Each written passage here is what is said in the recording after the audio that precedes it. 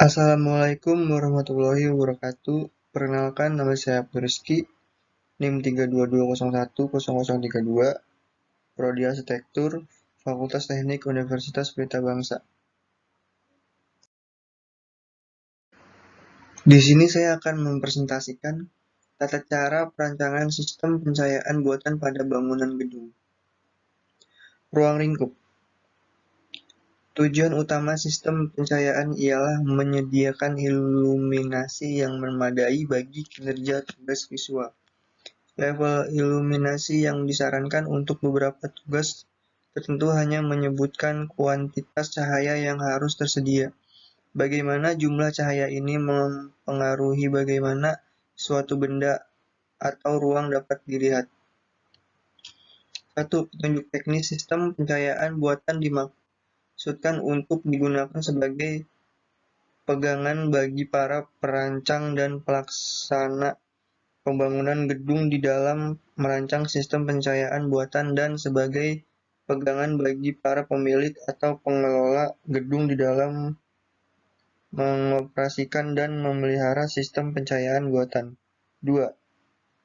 Agar diperoleh sistem pencahayaan buatan yang sesuai dengan syarat kesehatan, kenyamanan, keamanan, dan memenuhi ketentuan yang berlaku untuk bangunan gedung.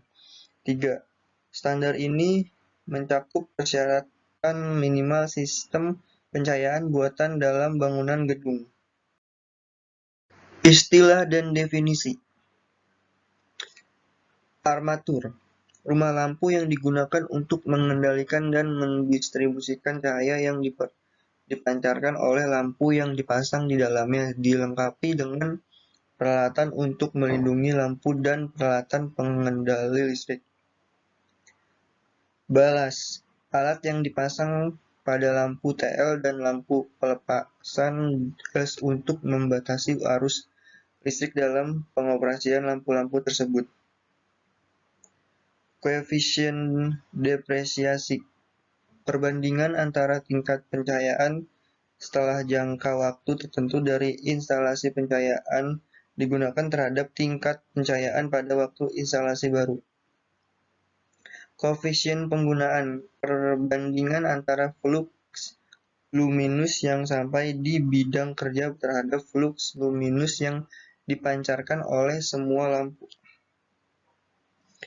Renderasi warna. Efek psikofisik suatu sumber cahaya atau lampu terhadap warna. Objek-objek yang diterangi dinyatakan dalam suatu angka indeks yang diperoleh berdasarkan perbandingan dengan efek warna sumber cahaya referensi pada kondisi yang sama. Rugi-rugi balas. Rendemen atau kehilangan daya listrik dalam watt akibat pemasangan balas. Tingkat pencahayaan pada bidang kerja. Umur individual teknik. Sejumlah jam menyala setelah satu lampu mengalami kegagalan. Umur minimum. Umur lampu yang digariskan oleh pabrik sebagai contoh lampu proyektor bioskop. Umur pelayanan. Umur lampu setelah flux luminus turun pada suatu tingkat di mana lampu tersebut masih mengkonsumsikan daya listrik secara penuh. Umur rata-rata. Umur teknis rata-rata dari suatu kelompok lampu. Umur rata-rata pengenal. Umur lampu setelah 50% dari suatu kelompok lampu mengalami kegagalan yang diuji pada laboratorium yang dikontrol kondisi kerjanya. Rentang efikasi. Rentang angka perbandingan antara flux luminus dengan daya listrik masukan lumen atau watt per watt. Kriteria perancangan. Tingkat pencahayaan. Perhitungan tingkat pencahayaan. Tingkat pencahayaan rata-rata rata-rata. Tingkat pencahayaan pada suatu ruangan pada umumnya didefinisikan sebagai tingkat pencahayaan rata-rata pada bidang kerja. Yang dimaksud dengan bidang kerja ialah bidang horizontal imajiner yang terletak 0,75 meter di atas lantai pada seluruh ruangan. Tingkat pencahayaan rata-rata rata-rata lux dapat dihitung dengan persamaan F total sama dengan flux luminus total dari semua lampu yang menerangi bidang kerja. A. Sama dengan luas bidang kerja per meter persegi. KP koefisien penggunaan, KD koefisien depresiasi penyusutan. Koefisien penggunaan.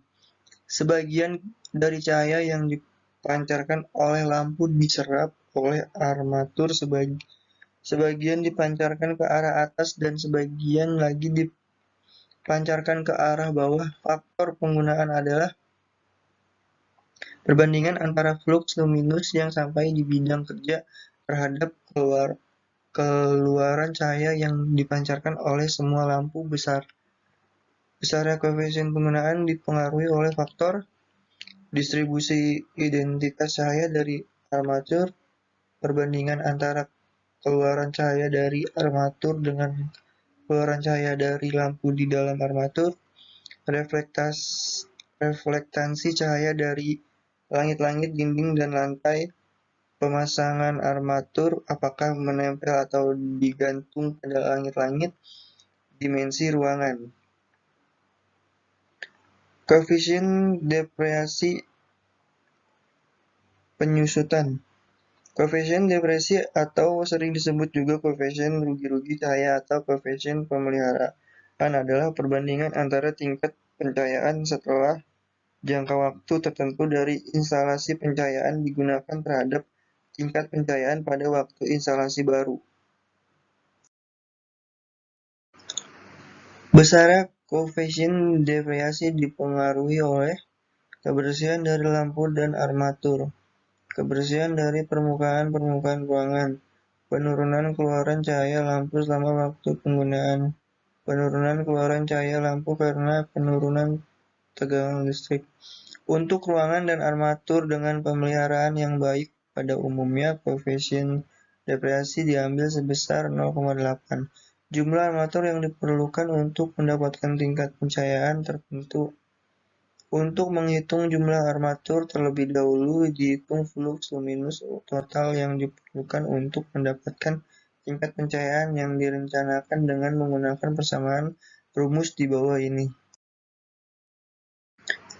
Sistem pencahayaan. Sistem pencahayaan dapat dikelompokkan menjadi sistem pencahayaan merata. Sistem ini memberikan tingkat pencahayaan yang merata di seluruh ruangan, digunakan jika tugas visual yang dilakukan di seluruh tempat dalam ruangan memerlukan tingkat pencahayaan yang sama. Tingkat pencahayaan yang merata diperoleh dengan memasang armatur secara merata langsung maupun tidak langsung di seluruh langit-langit. Lalu sistem pencahayaan setempat.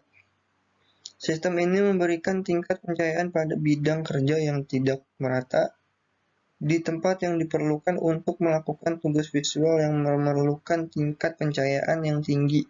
Diberikan cahaya yang lebih banyak dibandingkan dengan sekitarnya. Hal ini diperoleh dengan mengkonsentrasikan penempatan armatur pada langit-langit di atas tempat tersebut. Lalu sistem pencahayaan gabungan merata dan setempat. Sistem pencahayaan gabungan didapatkan dengan menambah sistem pencahayaan setempat pada sistem pencahayaan merata dengan armatur yang dipasang di dekat tugas visual. Luminansi permukaan dinding. Luminansi permukaan dinding tergantung pada luminansi objek dan tingkat pencahayaan merata di dalam ruangan. Untuk tingkat pencahayaan ruangan antara 500 sampai 2000 lux, maka luminansi dinding yang optimum adalah 100 kandela per meter persegi. Ada dua cara pendekatan untuk mencapai nilai optimum ini, yaitu A. Nilai reflektansi permukaan dinding ditentukan, tingkat pencahayaan vertikal dihitung, atau B. Tingkat pencahayaan vertikal diambil sebagai titik awal dan reflektansi yang diperlukan dihitung. Nilai tipikal reflektansi dinding yang dibutuhkan untuk mencapai luminansi dinding yang optimum adalah antara 0,5 dan 0,8 untuk tingkat pencahayaan rata-rata 500 lux dan antara 0,4 dan 0,6 untuk 1000 lux. Luminansi permukaan langit-langit.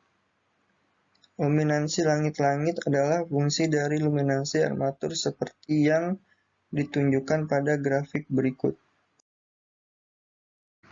Dari grafik ini terlihat jika luminansi armatur kurang dari 120 kandela per meter persegi, maka langit-langit harus lebih terang daripada terang armatur. Distribusi luminansi bidang kerja. Untuk memperbaiki kinerja penglihatan pada bidang kerja, maka luminansi sekeliling bidang kerja harus lebih rendah dari luminansi bidang kerjanya, tetapi tidak kurang dari sepertiganya. Kinerja penglihatan dapat diperbaiki jika ada tambahan kontras warna. Kualitas warna cahaya. Kualitas warna suatu lampu mempunyai dua karakteristik yang berbeda sifatnya, yaitu A. Tampak warna yang dinyatakan dalam temperatur warna. B. Renderasi warna yang dapat mempengaruhi penampilan objek yang diberikan cahaya suatu lampu. Tampak warna. Sumber cahaya yang mempunyai tampak warna sama dapat mempunyai renderasi warna yang berbeda. Pemilihan warna lampu bergantung kepada tingkat pencahayaan yang diperlukan agar diperoleh pencahayaan yang nyaman. Makin tinggi tingkat pencahayaan yang diperlukan, makin sejuk tampak warna yang dipilih sehingga tercipta pencahayaan yang nyaman. Sumber cahaya putih dapat dikelompokkan dalam 3 kelompok menurut tampak warnanya. Tampak warna terhadap temperatur warna. Temperatur warna K Kelvin lebih dari 5300, tampak warnanya dingin. 3300 sampai 5300, tampak warnanya sedang. Kurang dari 3300, tampak warna hangat. Kesan umum yang berhubungan dengan tingkat pencahayaan yang bermacam-macam dan tampak warna yang berbeda dengan lampu fluoresen dapat dilihat pada berikut.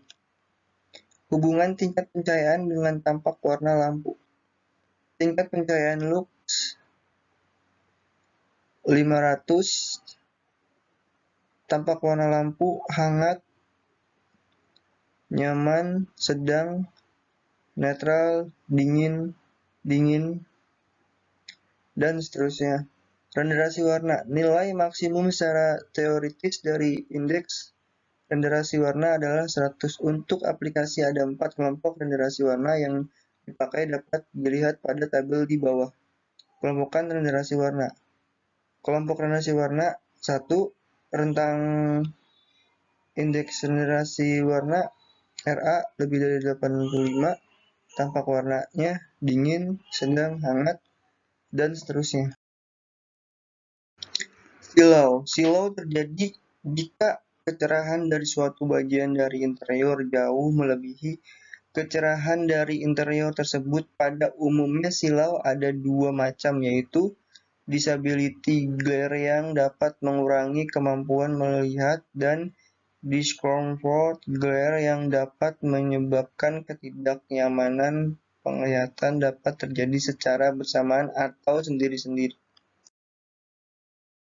Disability glare, silau yang menyebabkan ketidakmampuan melihat.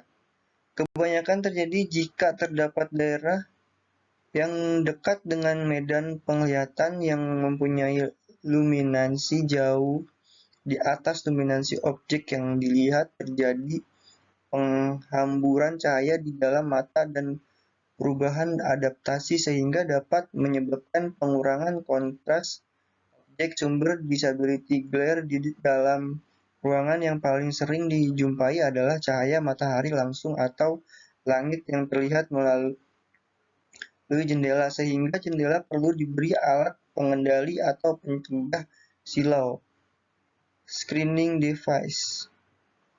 Discomfort glare, silau yang menyebabkan ketidaknyamanan melihat. Ketidaknyamanan penglihatan terjadi jika beberapa elemen interior mempunyai luminansi yang jauh di atas luminansi elemen interior lainnya. Responnya dapat terjadi segera, tetapi ada kalanya baru dirasakan setelah mata terpapar pada sumber silau tersebut dalam waktu yang lebih lama. Tingkatan ketidaknyamanan ini tergantung pada luminansi dan ukuran sumber silau, luminansi latar belakang, dan posisi sumber silau terhadap medan penglihatan. Discomfort glare akan makin besar jika suatu sumber mempunyai luminansi yang tinggi, ukuran yang luas, luminansi latar belakang yang rendah, dan posisi yang dekat dengan garis penglihatan. Sistem pemilihan armatur untuk mengurangi discomfort glare.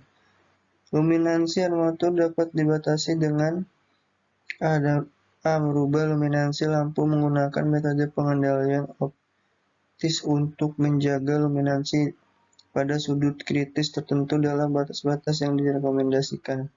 B. Memotong pandangan langsung terhadap lampu menggunakan bahan tak tembus cahaya, kisi-kisi louver, atau bagian permanen dari bangunan. Sistem evaluasi silau. Hal berikut membutuhkan perhatian yang lebih kritis terhadap pengendalian discomfort glare. A. Ukuran ruangan yang besar dengan indeks ruangan lebih besar dari 2, yang berakibat bahwa dalam daerah penglihatan normal penghuni ruangan terdapat sejumlah besar armatur. B. Tugas visual yang sulit, misalnya detail objek yang kecil, kontras yang rendah, persepsi penglihatan yang cepat, yang membutuhkan perhatian visual yang kontinu. 3. Arah pandang dari pekerja pada atau di atas horizontal untuk selang waktu yang panjang, misalnya di dalam ruang kontrol, ruang kelas, ruang komputer. D. Permukaan ruangan dan peralatan yang ada berwarna gelap atau kurang mendapat cahaya. Tingkat discomfort glare bagi penghuni ruangan dapat diperkirakan dengan cara menentukan nilai indeks kesilauan. Nilai indeks kesilauan yang umum digunakan adalah 13, 16, 19, 22, 25, 28. Nilai yang besar akan memberikan probabilitas kesilauan yang lebih besar dan sebaliknya. Pemilihan peralatan. Lampu. Spektrum cahaya. Dalam pemilihan lampu ada 2 hal yang perlu diperhatikan, yaitu tampak warna yang dinyatakan dalam temperatur warna dan efek warna yang dinyatakan dalam indeks renderasi warna. Temperatur warna yang lebih besar dari 5300 Kelvin tampak warnanya dingin, 3300 sampai 5300 Kelvin tampak warnanya sedang, dan lebih kecil dari 3300 Kelvin tampak warnanya hangat. Indeks renderasi warna dinyatakan dengan angka 0 sampai dengan 100, di mana angka 100 menyatakan warna benda yang dilihat akan sesuai dengan warna aslinya. Lampu pijar dan lampu halogen mempunyai indeks renderasi warna mendekati 100. Efisiensi lampu. Efisiensi lampu, atau yang disebut juga efikasi luminus, menunjukkan efisiensi lampu dari pengalihan energi listrik ke cahaya dan dinyatakan dalam lumen per watt. Lumen per watt. Flux luminus adalah banyaknya cahaya yang dihasilkan oleh suatu lampu dengan satuan elemen. Umur lampu dan depresiasi. Beberapa cara untuk menentukan umur lampu antara lain: A. Umur individual teknik. B. Umur rata-rata. C. Umur minimum. D. Umur rata-rata pengenal. E. Banyaknya jam menyala pada kombinasi antara depresiasi atau pengurangan flux. Jenis lampu, jenis lampu pijar dan lampu pelepasan gas. Lampu pijar menghasilkan cahayanya dengan pemanasan listrik dari kawat filamennya pada temperatur yang tinggi. Komponen utamanya filamen bola lampu, gas pengisi, dan kaki lampu. Jenis lampu pijar khusus: lampu reflektor, lampu halogen berisi gas halogen, ioden, kromin yang dapat mencegah penghitaman lampu. Lampu pelepasan gas bekerja berdasarkan pelepasan elektron secara terus-menerus di dalam uap yang diionisasi. Umumnya lampu ini tidak dapat bekerja tanpa balas sebagai pembatas arus pada sirkuit lampu. Gas yang dipakai adalah merkuri atau natrium. Salah satu lampu pelepasan gas tekanan rendah dan memakai merkuri adalah lampu fluoresen tabung atau disebut TL tube lamp. Armatur adalah rumah lampu yang digunakan untuk mengendalikan dan mendistribusikan cahaya yang dipancarkan oleh lampu yang dipasang di dalamnya, dilengkapi dengan peralatan untuk melindungi lampu dan peralatan pengendalian listrik. Pemilihan armatur perlu mempertimbangkan faktor berikut: A. Distribusi intensitas cahaya. B. Efisiensi cahaya. C. Koefisiensi penggunaan. D. Perlindungan terhadap kejutan listrik. E. Ketahanan terhadap masuknya air dan debu. F. Ketahanan terhadap timbulnya ledakan dan kebakaran. G. Kebisingan yang ditimbulkan. Efisiensi cahaya. Perbandingan antara jumlah cahaya yang dipancarkan oleh armatur akan selalu lebih kecil daripada jumlah cahaya yang dipancarkan oleh lampu di dalam armatur tersebut. Dipengaruhi oleh penyerapan cahaya yang terjadi di dalam armatur. Pengujian, pengoperasian, dan pemeliharaan. Pengujian kinerja sistem pencahayaan dimaksudkan untuk mengetahui dan atau menilai kondisi suatu sistem pencahayaan apakah masih, sudah atau belum memenuhi standar atau ketentuan pencahayaan yang berlaku. Pengujian dimaksudkan untuk memeriksa, mengamati, dan mengatur: A. Tingkat pencahayaan lux. B. Indeks kesilauan. Pengujian tingkat pencahayaan dihitung dengan bersamaan rumus di bawah ini. Dengan menggunakan luxmeter, tingkat pencahayaan untuk bidang kerja diukur secara horizontal 75 cm di atas permukaan lantai, sedangkan untuk suatu luasan tertentu, tingkat pencahayaan diperoleh dengan mengambil nilai rata-rata dari beberapa titik pengukuran. Tingkat pencahayaan yang diperlukan disesuaikan dengan jenis kegiatan yang dilakukan. Pengujian tingkat kesilauan. Faktor yang mempengaruhi silau adalah luminansi, besarnya sumber cahaya, posisi pengamatan terhadap sumber cahaya, letak sumber cahaya yang terdapat di depan sudut penglihatan, dan kontras antara permukaan terang dan gelap. Silau yang langsung disebabkan oleh sumber cahaya buatan dapat dihindari dengan memakai armatur yang dilengkapi kisi-kisi. Juga pemasangan lampu perlu diupayakan untuk tidak melintang di depan pengamat. Semua lampu yang berada pada sudut pandang 450-850 akan menimbulkan silau, dan untuk menghindarinya, luminansi harus dikurangi. Pengoperasian.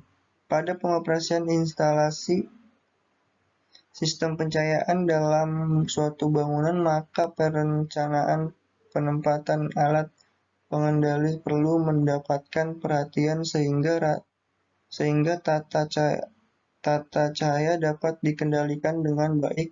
Penempatan alat kendali. Semua alat pengendali pencahayaan harus ditempatkan pada tempat yang mudah dilihat dan dijangkau.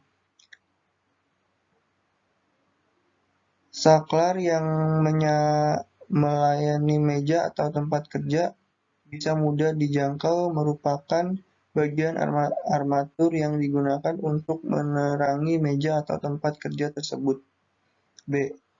Saklar yang mengendalikan sistem pencahayaan pada lebih dari satu lokasi tidak boleh dihitung sebagai tambahan jumlah saklar pengendali. C. Setiap ruangan yang terbentuk karena pemasangan partisi harus dilengkapi sedikitnya satu saklar on-off. D. Ruangan dengan luas maksimum 30 meter persegi harus dilengkapi dengan satu saklar untuk satu macam pekerjaan atau satu kelompok pekerjaan.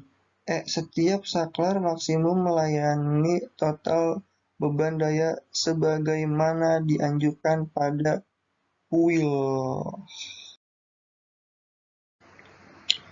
Pengendalian sistem pencahayaan. A. Semua sistem pencahayaan bangunan harus dapat dikendalikan secara manual atau otomatis kecuali yang terhubung dengan sistem darurat. B. Pencahayaan luar bangunan dengan waktu pengoperasian terus-menerus kurang dari 24 jam sebaiknya dapat dikendalikan secara otomatis dengan timer, photocell, atau gabungan keduanya. C. Armatur-armatur yang letaknya paralel terhadap dinding luar pada arah datangnya cahaya alami dan menggunakan saklar otomatis atau saklar terkendali harus juga dapat dimatikan dan dihidupkan secara manual. D. Daerah di mana pencahayaan alami tersedia dengan cukup sebaiknya dilengkapi dengan saklar pengendali otomatis yang dapat mengatur penyalaan lampu sesuai dengan tingkat pencahayaan yang dirancang. Berikut ini adalah hal-hal yang tidak diatur dalam ketentuan pengendalian sistem pencahayaan. 1.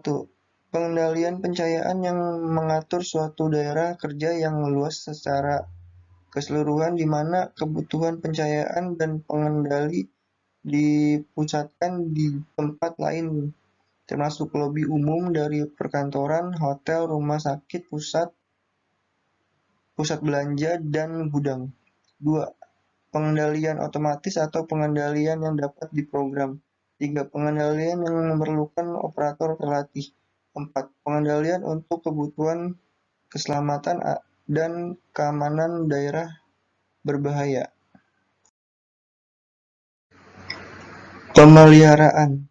Pemeliharaan terhadap sistem pencahayaan dimaksudkan untuk menjaga agar kinerja sistem selalu berada pada batas-batas yang ditetapkan sesuai perancangan dan untuk memperoleh kenyamanan. Pemeliharaan ini mencakup penggantian lampu-lampu dan komponen listrik dalam armatur yang rusak atau putus atau sudah menurun kemampuannya.